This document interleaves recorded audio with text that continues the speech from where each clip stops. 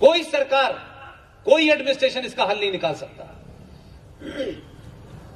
यह हल आपके हाथ में है। लव जिहाद के बारे में बहुत सारी बातें हुई।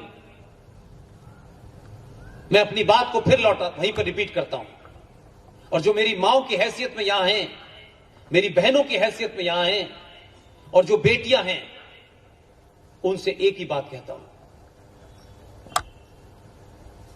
क्या माएं अपनी बेटियों से कोई संवाद, कोई डायलॉग करती? क्या मां होकर ही हमेशा बात करती हैं? क्या माएं अपनी बेटियों से दोस्त समझ के बात करती हैं? क्या समाज में जो कुछ बदलाव हो रहा है वो उस बेटी के ऊपर असर नहीं डालेगा? ये फिल्में उसके ऊपर असर नहीं डालेंगी?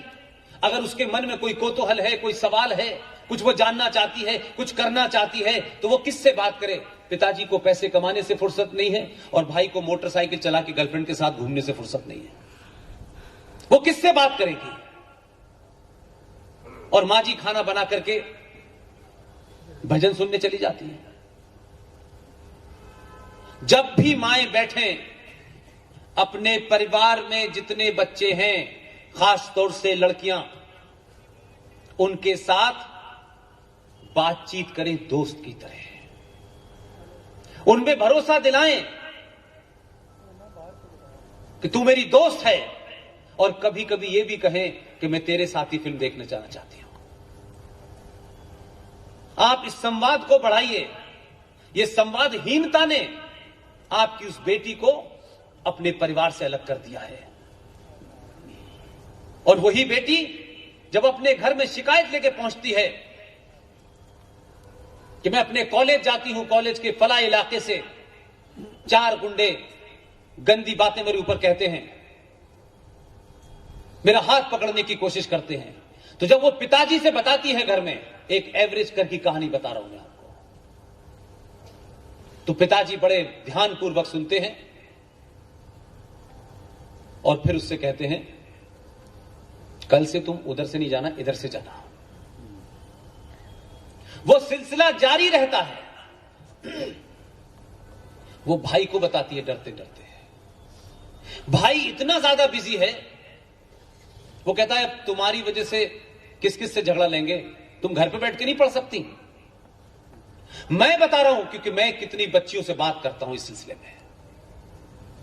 इसी किस्म की सभा खत्म होने के बाद बात करता हूं। क्या बात है कि वो बच्ची बात करते करते रो के मुझे बता सकती है, अपनी मां को नहीं बता सकती, अपने भाई को नहीं बता सकती, क्योंकि आपने उसके अंदर वो फेथ और वो कॉन्फिडेंस पैदा नहीं किया। और वो धीरे धीरे वो इस नतीजे पे पहुंच जाती है कि मेरा पिता इस घर को चलाता है, अगर इस व्यवस्था को चलने देना है तो चुपचाप होकर के इसे बर्दाश्त करो, नहीं तो घर की व्यवस्था टूट जाएगी।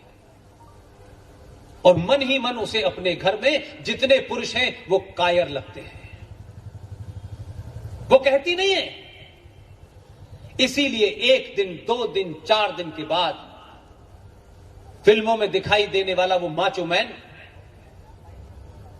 पंचर जोड़ने वाला भी नजर आता है तो उसके साथ चली जाती है। उसके बाद आप कोशिश करते हैं ये कैसे हो गया, तब आप शुरुआत करते हैं तब देर हो जाती है। इसलिए हिंदू जागरण मंच के मेरे साथियों, जितने भी युवा यहां बैठे हैं, मेरे बुजुर्ग बैठे हैं, मैं आज के युवाओं से एक बात जरूर कहता हूं, क्योंकि हमारी युवा पीढ़ी फिल्मों से बड़ी प्रोत्साहित होती है, फिल्में देख करके उसको बड़ी इंस्पायरेशन मिलती है।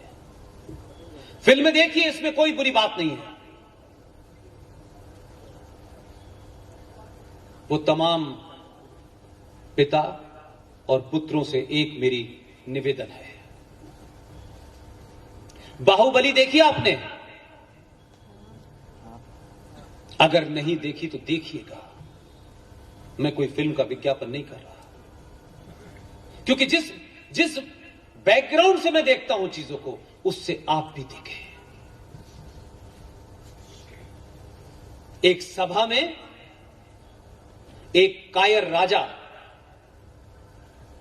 उसके दरबार में जब महिलाएं जाती हैं तो उस राजा का एक सिपह सालार, उसका सेनापति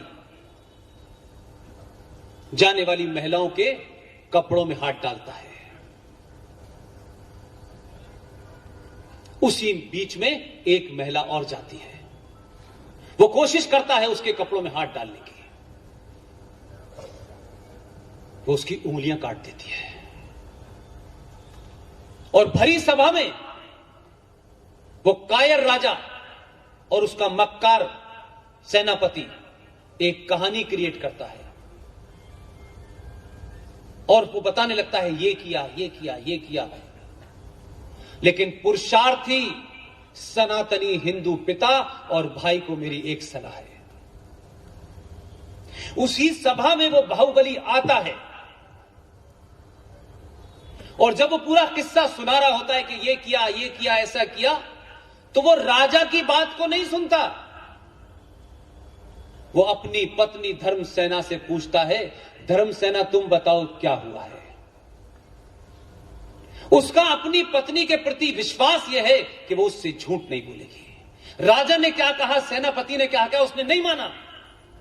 और जब धर्मसेना ने कहा इसने ऐसा किया, इसने ऐसा किया, इसलिए मैंने उंगली काट दी, और उसका वाक्य खत्म नहीं होता है, वो कहता है ऐसे पुरुष की उंगली नहीं, गर्दन काट देनी चाहिए। और ये कहते कहते उसकी गर्दन काट देता है। अगर हिंदुस्तान के सनातनी हिंदू को कुछ बनना है तो बाहुबली बनो, और महिलाओं को कुछ बनना है तो देवसेना बनो।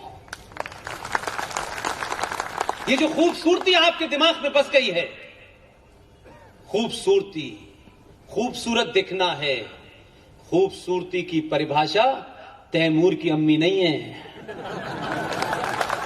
खूबसूरती की परिभाषा है देवसेना। अगर आज के युवा यही चाहते हैं और इस खोज में लगे थे कि कटप्पा ने बाहुबली को क्यों मारा, उसके लिए दूसरी फिल्म बन के आ गई, पता चल गया। अगर राष्ट्र बचाना चाहते हो, अपने परिवार, अपने समाज को बचाना चाहते हो, तुम्हारे पास बड़ा कम समय है, तो कटप्पा ने क्यों मारा था बाहुबली को, यह पता चल गया। तुम पता करो लाल बहादुर शास्त्री को किसने मारा था, सुभाष चंद्र बोस की सिपाही किसने ली थी, पंडित चंद्रशेखर आजाद की मुखबरी किसने की थी। तुम ये जिस दिन पता करोगे, इस देश में जो 25 से 30 करोड़ लोग छोटे भाई का पजामा पहन के बड़े भाई का कुर्ता आपको डरा रहे हैं, ये जहां से आए थे वहीं चले जाएंगे। एक बार अपने अंदर पुरुषार्थ पैदा करो, सच का सच बोलो, और इस बात लालच से निकाल दो कि आपकी बहुत बड़ी जिंदगी है, बड़ी सारी प्रॉपर्टी है।